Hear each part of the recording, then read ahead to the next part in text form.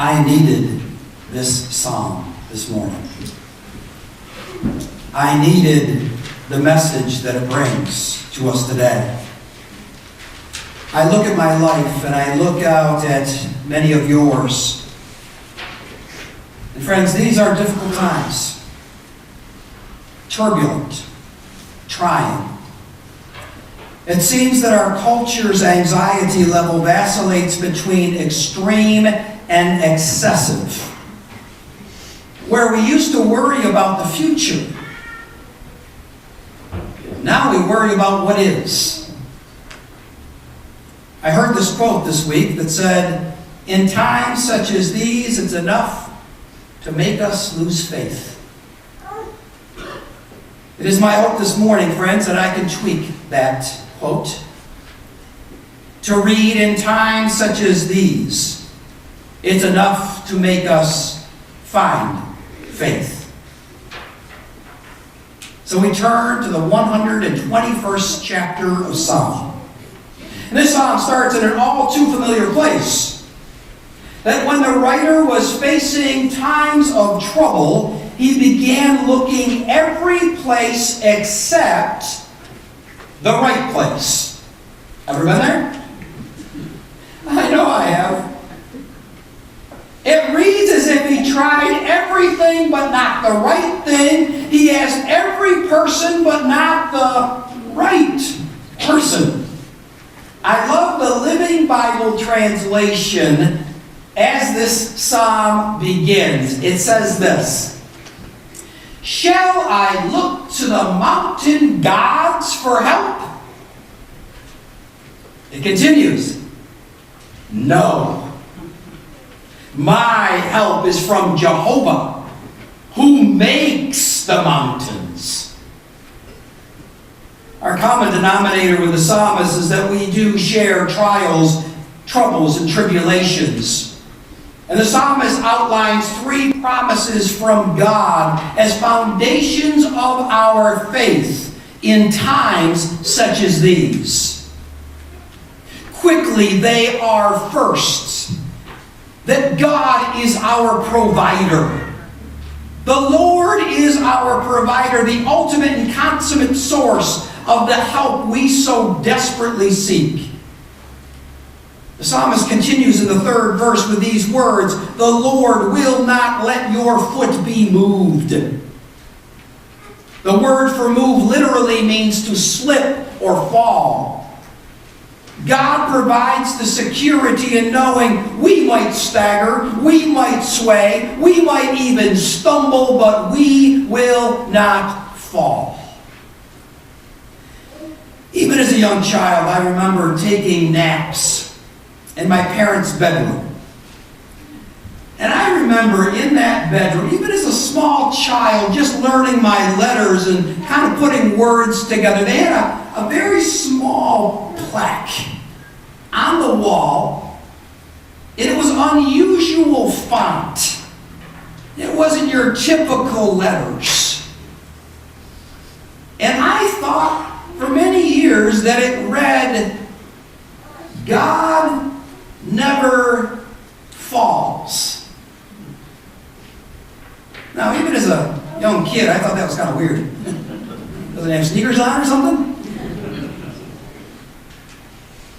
But through the years, I began to understand it didn't say that at all. It said God never fails. Think about that. The psalmist reminds us that God never fails, and if we stand firmly in God, we will never fall. Knowing that the Lord provides the only help we need ought to supply us with an abundance of serenity. The psalmist continues, "The Lord who keeps you will not slumber. Behold, the one who keeps Israel will neither slumber nor sleep." A very wise saint that I had the privilege to pastor many years ago shared with me in her later years her key to serenity and tranquility. And I'll try to quote her as close as I can. But I remember her saying this to me: She said, Mark, I sleep well every night because God doesn't. And there's no need for both of us to stay up all night. That always stuck with me. For all of us to embrace that she knew all so well that God provides all we need and will not let us fall should fill us with a calming sense of peace. But the psalmist continues. The second pillar, the second truth is that God is also our protector. The word keep or keeper appears 6 times in these 8 verses, which to protect or to guard where God not only provides, but also protects us. The psalmist writes, the Lord is your keeper. The Lord is the shade on your right hand. What's that all about? Well, in ancient days, soldiers had 2 primary weapons, a shield and a sword. The more valued weapon was the shield because it provided their only defense, and it was always carried in their left hand. Therefore, the most vulnerable part of the soldier was their right side. And isn't that where God always stands? God always stands in our most vulnerable place. The Lord puts strength at our greatest weakness. The psalmist continues, the sun will not smite you by day, nor the moon by night. Perhaps we know these as fiery trials, but the promise is that God's shield and shade is there to protect us day and night. A wise sage was once teaching a younger student who was constantly on edge, constantly not trusting anyone, anything, especially God. And the perceptive teacher turned to his student and said this, young man, I'll make a deal with you. Let the Lord protect you day and night, and I will then give you the authority to worry any other time. There are no any other time. God is with us always. The lesson that God has us covered and protected and shielded.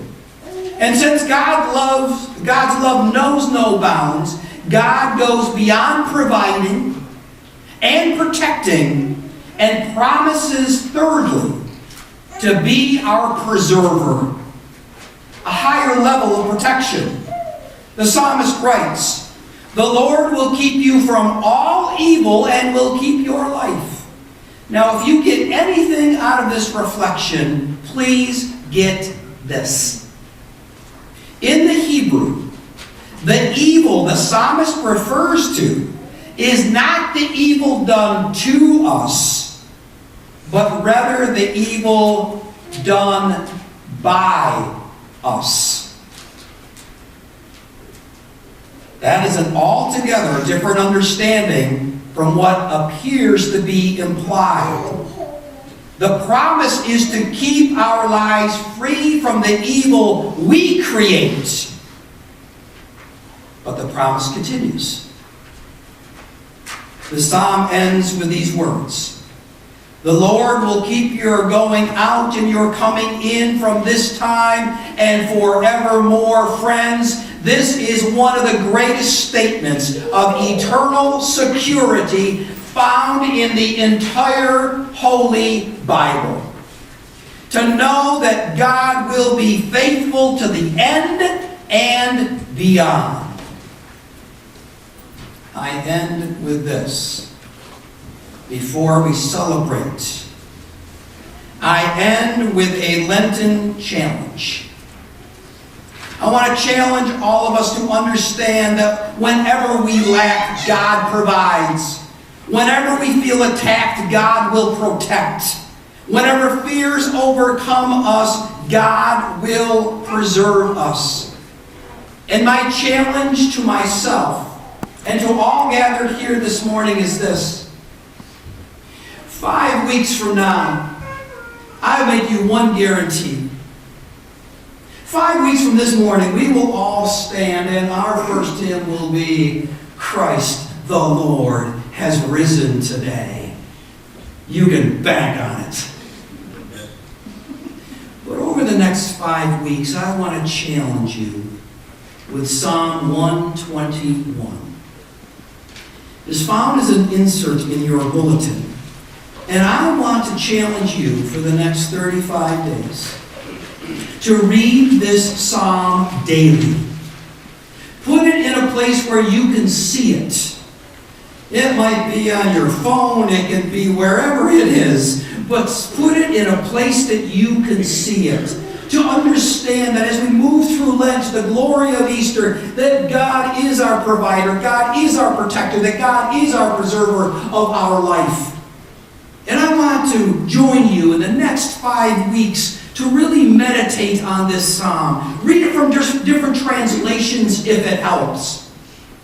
And I want this psalm to be allowed to come within us and work within us so that on that glorious Easter morning, the resurrection will mean something so much more marvelous and wonderful than it ever has before.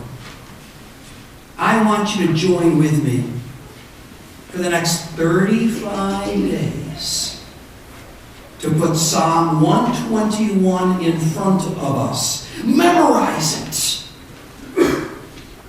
Embrace it. And allow it to bless the journey of Lent.